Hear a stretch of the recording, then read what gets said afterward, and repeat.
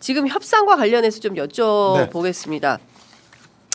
구체적으로 지난 협상 때는 그 이른바 이란의 핵 그 개발과 관련해서 우라늄 농축 문제를 연한을 5년 또는 또 미국 측에서는 20년간 하지 말아라. 그리고 원래 협상 때는 10년 정도로 해서 마무리할 정도였는데 갑자기 이 전쟁이 일어나면서 오히려 더 복잡해졌다 이런 건데요. 실제로 이 핵 협상이 가장 중요한 쟁점인 것인지 이것도 좀 여쭤보고 싶고요. 일단 그거부터 좀 여쭤보겠습니다. 의제 중에 이란은 대륙간 탄도미사일이 없습니다. 아, 저 윗동네는 있어요. 있다고 주장을 하고 실제로 있어 보이죠. 예. 이란은 없어요. 이란은 없다. 네, 이란은 없고 이란이 타격할 수 있는 사거리 정도 되는 중거리 탄도미사일은 있습니다. 중거리 탄도미사일 사거리에 누가 있느냐? 이스라엘. 이스라엘이 있다. 대륙간 탄도미사일이 없다는 얘기는 이란은 미국의 직접적인 임박한 위협이 아니란 뜻입니다. 핵무기를 가지더라도 핵탄두를 장착한 네. 운반 수단이라고 대충 부르죠. 예. 대륙간 탄도미사일이 있어야 미국을 때릴 거 아닙니까? 네. 본토 타격이 불가능해요. 이란이 가지고 있는 미사일 기술로. 네. 그러면 우라늄 농축해서 무기급으로 만든 다음에 핵탄두를 개발해서 탄도미사일에 장착해서 때릴 수 있는 대상은 누구냐? 또 이스라엘이네요. 또 이스라엘이에요. 그러면 우라늄 농축이 미국한테는 핵심 쟁점이 아니죠. 왜냐하면 자기들한테 위협이 안 돼. 그렇죠. 이스라엘은 위협이 아니니까. 그런데 이스라엘은 그야말로 맨날 이스라엘이 하는 표현대로 이스라엘은 박격포탄 하나만 날아와도 쓰는 표현이죠. 존재론적 위협. 아, 그런 말을 하고 있군요. 그렇죠. 예. 헤즈볼라가 그 수제 박격포. 예. 그러니까 저 군수공장에서 만든 게 아니라 예. 대장간에서 예. 망치로 때려서 만든 수제 박격포로 쏴도 존재론적 위협이라고 하고 레바논에서 쏴도 네, 예. 최신 저 토마호크 미사일 포함해서 최신 예. 미국산 무기 체계로 아주 박살을 내놓죠. 이스라엘이 레바논을 이란 핵의 핵심은 네. 현재 중동 일대에서 유일하게 예. 핵을 보유하고 있는 이스라엘이 이스라엘. 예. 이란이 핵을 가지는 것을 막겠다며 저렇게 집착하고 있는데 있다고 저는 보지 이게 미국과 이란 협상의 본질은 아니다. 저는 그렇게 봅니다. 예. 그러면 근데 이게 굉장히 막 복잡하고 어려운 문제인데 간단하게 좀 설명을 해 주시면 좋을 것 같은데 네. 어쨌든 그러면 지금 제일 핵 능력이 뛰어난 나라는 중동에서 이스라엘이고 그렇죠. 그렇죠? 그리고 뭐 레바논이 됐든 이란이 됐든 그 이스라엘에 범접할 만한 핵 능력을 가지고 있지는 않은데 이스라엘이 이 자기네들보다 낮은 능력을 갖고 있음에도 불구하고 이걸 다 싹 없애. 그러지 않으면 우리는 존재론적 위협을 느끼는 거야. 그렇기 때문에 가자도 치고 레바논도 치고 이란도 치고 다 치고 있는 거지 않습니까? 근데 그 뒷배는 미국인 거고. 그렇죠. 예. 그러니 이 전쟁은 이스라엘이 계속 이런 식으로 이를테면 위협을 증폭시키고 있는 한 전쟁이 끝날 리는 없겠다라는 생각이 좀 드는데요. 쉽지 않죠. 엄청나게 그런데 어려운 상황인 것 레바논을 같은데요. 그나마 열흘간의 숨통을 트이는 휴전에 합의한 것도 네. 결국은 미국이 휴전하라. 네. 우리 지금 이란이랑 휴전해야 되니까 휴전하라라고 압력을 가했기 때문이에요. 그러니까 미국 하기에 달린 거죠. 네. 이스라엘은. 그런데 1차 협상이 결렬되고 벤스 부통령이 이제 짤막한 기자회견을 하고 미국으로 돌아가고 있는 항공기 안에 있을 때 네. 네타냐후 총리가 기자회견을 해가지고 그런 얘기를 해요. 매일 보고받아. 매일 보고받고 있고 예. 벤스가 또 협상 결렬되자마자 전화했더라. 뭐 이런 식의 얘기를 해요. 네. 그래서 미국이 미국한 발칵 뒤집혀졌죠. 보고받는 거예요, 미국한테 지금 네타냐후가. 이스라엘한테 미국이 보고하고 있느냐. 그렇죠. 이거는 심각한 문제다 외교안보적으로. 예. 뭐 이런 비판까지 나올 정도였어요. 예. 그러니까 영향력 측면에서 보면 네타냐후가 갑이네.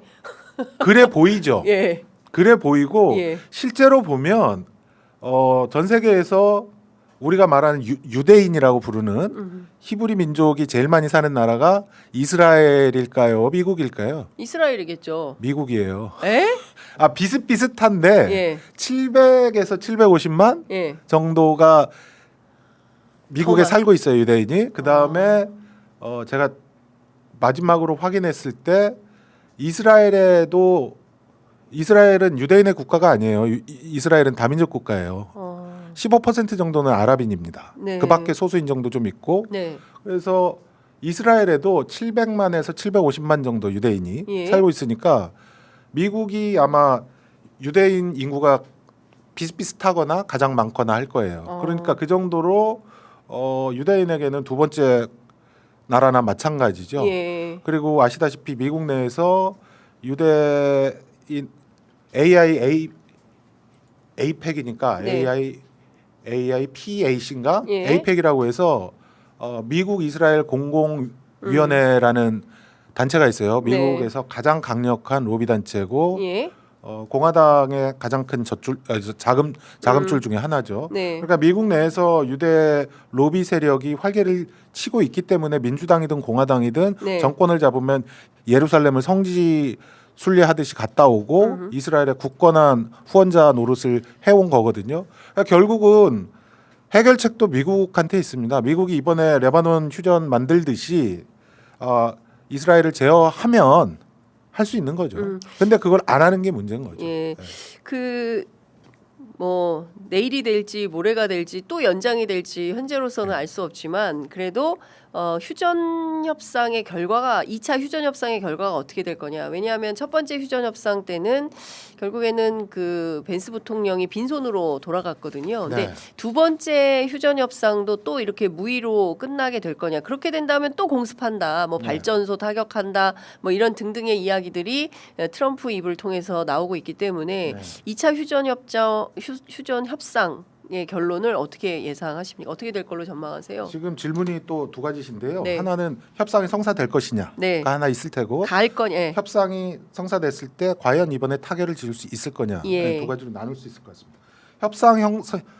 협상 가능성은 예. 트럼프 대통령이 벤스 부통령이 곧 파키스탄을 출발할 것이다라고 기자들 만나서 떠버린 직후에 이란 외교부 대변인이 기자회견을 열어서 미국에 대한 불신, 미국을 도저히 믿을 수가 없다. 앞서 앵커께서 지적하신 것처럼 협상 도중에 뒤통수를 맞은 게 벌써 2번인데 이번에 상선 납포까지 포함하면 3번이잖아요. 그러니까 이런 상황에서는 너희들하고 협상 못해. 우리 대표단 파견 안 할 거야라고 외교부 대변인이 공식 발표를 했어요. 그다음에 갈리바프 국회의장. 예. 그러니까 지난번 1차 협상 때 이란 대표단을 이끌고 갔던 예. 협상 대표죠. 네. 갈리바프도 똑같은 소리를 했어요. 그러면서 협박을 하는데 협상하는 사람이 어딨냐, 협상하는 놈이 어딨냐 이렇게 얘기를 해요. 네. 이게 무슨 얘기냐면 트럼프 대통령이 무슨 협상의 기술인가 책 냈잖아요. 예, 예. 그 책을 보고 이제 뭐 협상의 달인이니 뭐니 이러는데 예. 기본적으로 이래요. 자신이 가지고 있는 레버리지를 최대한 최대치로 만들어서 끌어올려서. 최대치로 끌어올린다는 건 이거는 투기나 마찬가지의 예. 과장이죠. 과장을 해서 상대를 협박을 해서 결국은 내가 원하는 조건으로 상대가 협상을 받아들이도록 만드는 게 트럼프 대통령이 얘기하는 협상의 기술이에요. 네. 이거는 갑 중에 갑이 사용하는 방법이죠. 요 갑 중에 갑이 사용하는 방법을 누가 사용하느냐 보통 우리가 영화에서 많이 보죠. 악덕 사채업자 아니면 조폭들이 사용하는 방식이에요. 예. 그렇죠? 그러니까 무조건적 항복을 요구하는 거나 마찬가지입니다. 트럼프 대통령이 이번에도 2차 협상 대표단을 보내겠다고 얘기를 하면서 뭐라고 했냐면 미국이 지금 굉장히 좋은 협상안을 가지고 가니까 이걸 받지 않으면 다시 뽀개겠다. 이렇게 얘기를 해요. 네. 그 얘기는 뭐냐면 미국이 진짜 니들이 받을 수밖에 없는 안을 만들었으니까 너희들은 이걸 가지고 협상을 하지 말고 그냥 받아들여. 네. 수용해. 그래야 예. 타결이 될 거야. 예. 라고 얘기를 하는 거거든요. 이란은 그렇게 할 수가 없죠. 이란이 먼저 당했으니까 이란이 그걸 수용하지는 않을 겁니다. 네. 그런데 트럼프 대통령은 지금 빨리 전쟁을 끝내야 될 필요성이 있어요. 굉장히 급박할 거예요. 네. 그러니까 이란에서 그 전투기 격추돼 가지고 조종사랑 저 무기체계 장교 저 실종됐다고 예, 했을 예, 예. 때 어제부터 미국 매체에서 많이 나오잖아요 뉴스. 트럼프 대통령이 몇 시간 동안 소리 질렀다고. 우리로 따지면 이제 뭐 극대노. 극대노죠. 용산에서 극대노하고 똑같은 상황인 거죠. 그러니까 그런 걸 보면 트럼프 대통령이 이 감정 조절이 안 되고 그때 극대노 그냥 반도 감정 조절이 안 됐잖아요. 됐죠. 이 소위 경로.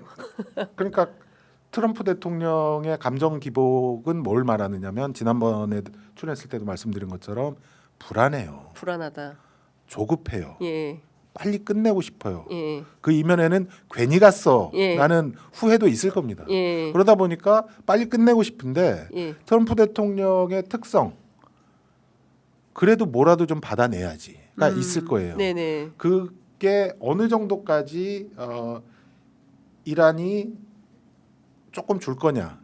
그 다음에 트럼프 대통령이 어느 선에서 만족하느냐에 따라 협상 타결 가능성은 있을 수 있다고 봅니다. 그리고 이란도 네. 지금 안 간다고는 얘기하지만 예. 이란 내부에서 계속 나오는 게 예. 벤스 도착한 거 보고 가겠다라는 얘기 나와요. 지난번에는 벤스 대통령이 먼저 도착해서 기다리고 아니 이란 대표단이 먼저 가서 도착하고서 기다리고 있었고 벤스 부통령은 저 헝가리 그 민선 독재자 오르반 총리 선거운동 도와주고 나서 왔거든요. 네. 물론 오르반은 선거 대패해가지고 네. 지금 실각하게 됐는데 그렇죠.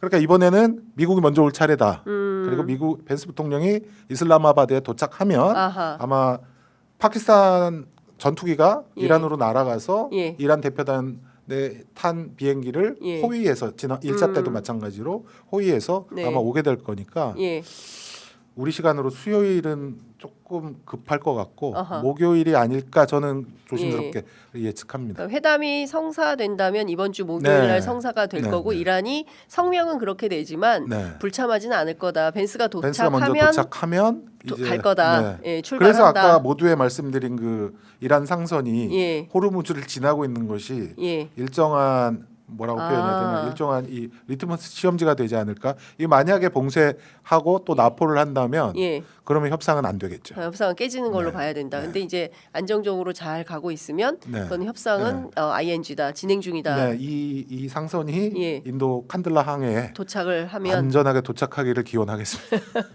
알겠습니다. 이제 타결과 관련해서는 성사는 될 건데 타결과 관련해서는 서로 조금씩 양보를 하면 가능할 텐데 핵심은 핵 협상은 아닌 것이다. 핵심은 호르무즈 봉쇄와 재봉쇄 이제 주장을 하고 있는데 조건 없이 호르무즈를 좀 푸는 거고 어떻게든 인도주의적 차원이든 뭐가 됐든 재건과 관련해서 핵심 쟁점이 세 가지라고 말씀드렸잖아요. 지난번에. 그러니까 핵이 하나 있고 그다음에 전쟁 피해 배상. 피해 배상. 배상이 있고 그다음에 호르무즈인데 자, 핵은 미국한테는 현안이 아니에요. 아니다. 전쟁 배상은 동결된 해외 자산이 엄청나게 많아요. 이란 천문학적인 금액이에요. 이거 풀어줄게. 퉁치자 할 수 있어요. 그리고 아까 언급한 것처럼 호르무즈가 정말 절박한 아시아와 유럽이 이란의 전후 재건 복구를 지원하면 되니까. 핵심은 호르무즈죠. 핵심은 호르무즈다. 왜냐? 미국도 깝깝해 죽겠어요. 전 세계 공급망이 교란됐고 유가는 이란 전쟁 상황에 따라서 등락의 폭이 엄청나게 크니까 그래서 요거를 이란이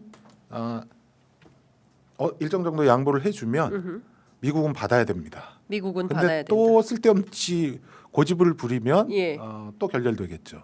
그러면 트럼프 대통령은 전쟁 개전 결정부터 시작해서 지금까지 계속 자기 발등 찍고 있는 거예요. 스스로. 트럼프 스스로 자기 발등 찍는 이 상황 빨리 끝내야 됩니다. 바보 같은 정치를 계속 하고 그렇습니다. 있다. 이 상황을 어떻게든 빨리 끝내는 게 트럼프에게도 매우 유리하다. 인류에게도 유리하다. 알겠습니다. 오늘 말씀은 여기까지 듣겠습니다. 고맙습니다. 감사합니다.